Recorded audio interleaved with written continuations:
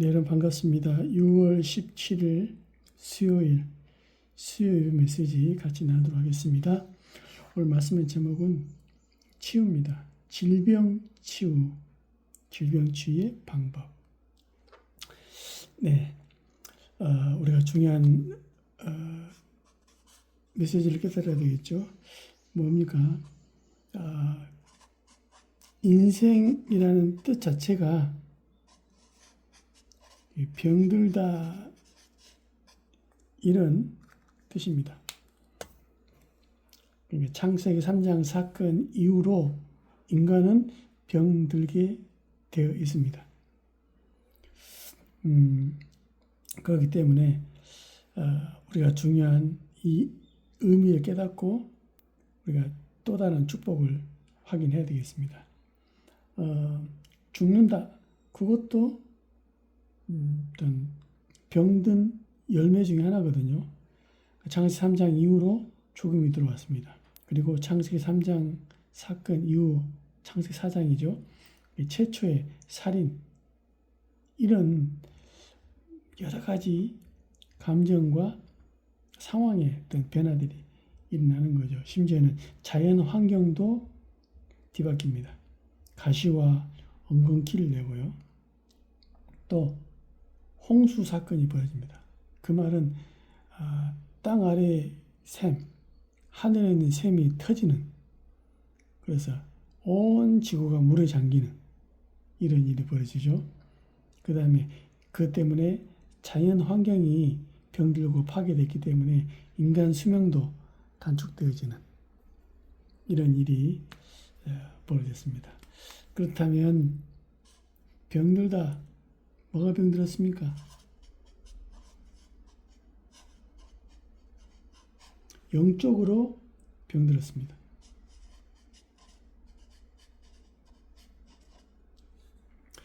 알다시피 창세기 3장 1절 6절, 그러니까 창조 원리가 벗어나 버렸습니다. 무슨 말입니까? 하나님과 함께 해야 될 인간이 하나님을 모르는 거죠. 떠나버립니다. 로마서 3장 23절, 원죄 가운데, 죄 가운데 딱 머물게 된 거죠. 그러면서 요한복음 8장 44절, 하나님의 자녀였던 우리가 마귀 자녀로 신분이 완전히 바뀌어버립니다. 그러니까 영적으로 완전히 근원적인 변화가 딱 일어나 버립니다. 근원적인 문제, 근원적인 병들음, 이런 일이 벌어진 겁니다. 그러니 우리 인생에게 12가지 인생 문제가 다가오는 겁니다. 뭡니까? 창세기 3장, 창세기 6장, 창세기 11장. 나 중심, 육신 중심, 물질 중심. 문제 생기니까 사도행전 13장, 무속 16장, 점술 19장, 우상. 심지어는 뭡니까? 불신자 6가지 상태에 그대로 묶여버립니다. 원하든 원치 않든 인간이 마귀 자녀가 됐습니다. 우상 숭배할 수밖에 없어요. 문제 오니까 우상 숭배. 우상 숭배하면 어떤 일이 벌어집니까? 정신의 문제 옵니다. 아니, 돌을 섬긴 자체가 돈 거잖아요. 하늘 보고 절하고 달 보고 절하는 게 거의 미친 거잖아요. 그러다가 육신 문제, 내세 문제, 후대 문제까지 그대로 당하는 겁니다. 영적으로 병드니까 눈에 나타나게 오는 거죠. 또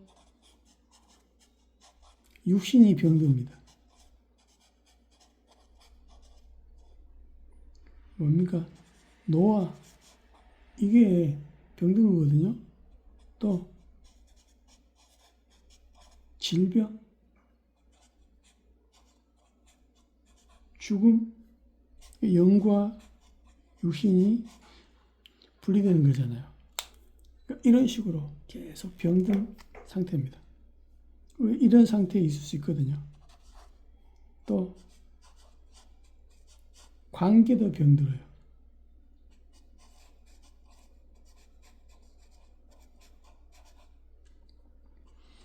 하나님 떠나니까는 감정이 병드니까 뭐 미움이다, 뭐 다툼이다, 시기다, 심지어는 살인, 또 전쟁, 욕심 때문에 막,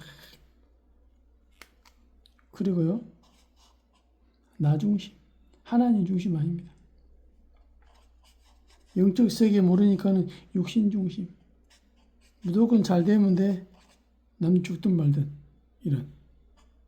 또요 양육광식, 센 놈이 잡아먹어.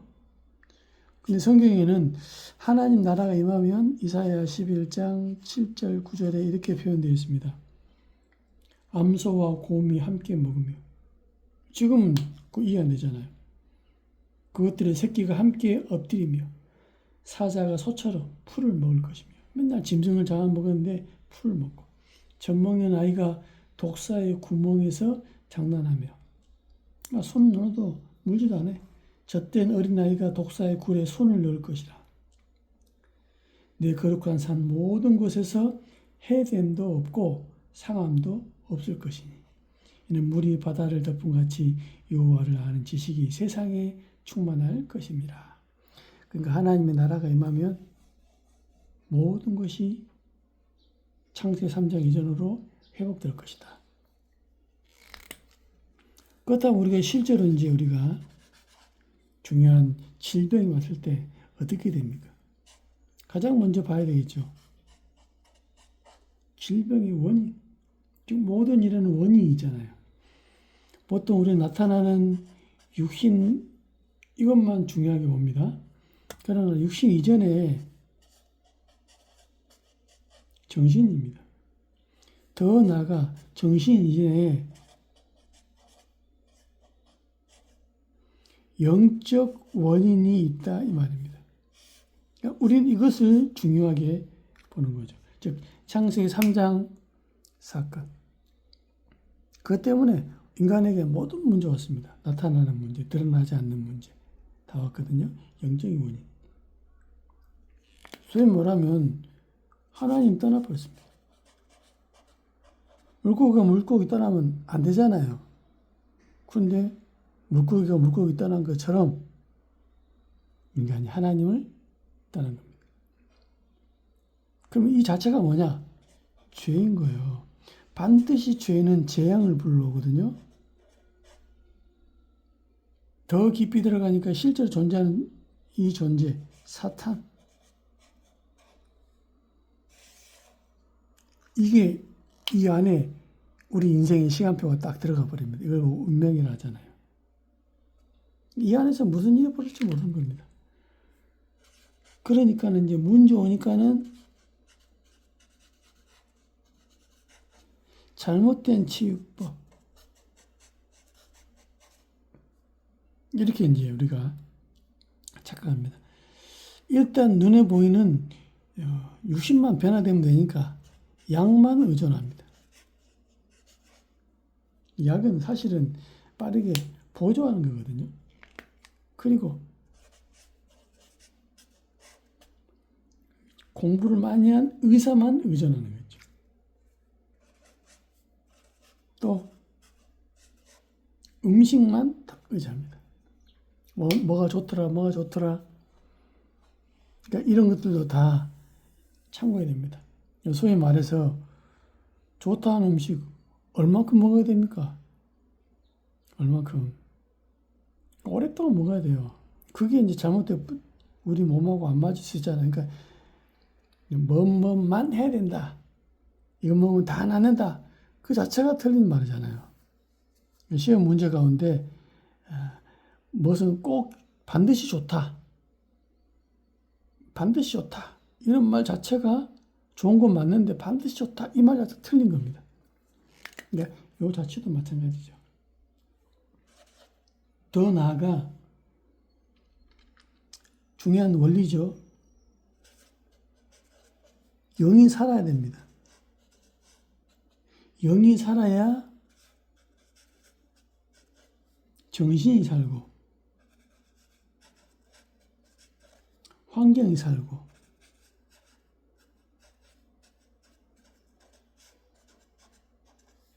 육신이 살아납니다. 이게 원리거든요. 그러니까 원인도 이런 것처럼 원리가 그렇습니다. 이런 부분을 모르고 무조건 나타나는 육신만 합니다. 정신은 웬만하니까 몸은 멀쩡한데 정신 돌아버리면 이 몸이 오히려 짐이 되잖아요. 그러니까 같이 연결되어 있다 이 말입니다. 그래서 우리는 중요한 응답을 깨닫고 확인해야 합니다. 그러면 잘못된 거 말고 올바른 치유는 없냐? 가장 먼저 뭡니까? 영의 치유입니다. 한마디로 무슨 말입니까? 하나님 만나야 돼요. 하나님 만나는 게 가장 급선무입니다. 영접하는 자 곧 그 이를 믿는 자들에게는 하나님의 자녀가 되는 권세를 주었습니다. 그리고 뭐요? 마음 치유입니다. 그러니까 예수 믿는 사람이 무조건 나야 된다. 또 내가 원하는 것은 하나님이 반드시 이루어 주실 것이야. 반드시 이루어 주실 것이다. 하나님 자녀가 질병 가운데 있거나 또 문제 가운데 있는 거 하나님 뜻이 아니잖아요. 그러니까 반드시 해결돼야 된다. 이런 식으로 마음 먹고 기도합니다. 간절히 금식합니다. 또 그것을 얻기 위해서 하나님 앞에 충성, 봉사, 헌신합니다. 뭐 나쁜 마음은 아닙니다. 과연 그게 하나님의 뜻일까요? 우리가 천년만년 사는 게 하나님의 뜻입니까? 아프면 기도해서 나오고 죽으려고 그러면 기도해서 나오고 하나님 응답이 줘가지고 하나님 그런 하나님이 아닙니다. 그래서 마음이 가장 중요합니다. 무슨 말입니까? 갈라디아 2장 20절 하나님의 뜻대로 살아도 괜찮고 죽어도 괜찮고 꼭 살아야 됩니까? 왜 살아야 됩니까? 자식 뭐 시집 가는 거 장가 가는 거 봐야 되고 어쩌고 남편 내 없으면 안 된다. 자기 없어도 잘 됩니다. 다니엘 3장 16절에서 18절 사자굴에 또 풀무불 가운데 들어가기 전에 사드락 메삭 아벳느고의 신앙의 고백입니다. 여호와께서 우리를 불 가운데 들어가면 건져 주실 것입니다. 이게 우리의 믿음입니다. 하나님 역사할 수 있다 이거죠. 그러나 그 뒷말이 더 중요합니다. 그러나 그리 아니하실지라도 왕에게 또 우상에게 절하지 않겠습니다. 이겁니다. 하나님은 역사할 수 있습니다. 그러나 내가 나를 살려주지 않고 치유 안 시키더라도 나는 하나님을 믿습니다. 마음이 힘이 없는 거죠. 영이 힘이 없고 마음은 힘을 얻는다 이 말입니다. 이게 우리 중요한 시간표죠. 그러면 이런 죽는 건 하나님께 맡겨놓고 생과 산 하나님께 맡겨놓고 나는 뭡니까? 이제는 육신 치유란 말이 좀 이상하지만은 뭐요? 낫기 위해서 기도하는 게 아닙니다. 하나님의 뜻이 나도 이루어지도록. 그리고 의술의 도움을 받아야 되죠. 아이고 이제는 뭐 안 되겠습니다.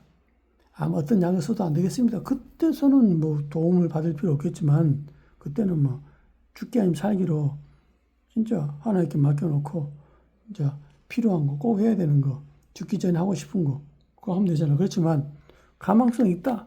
그러면 의술의 도움을 받아야 되죠. 그리고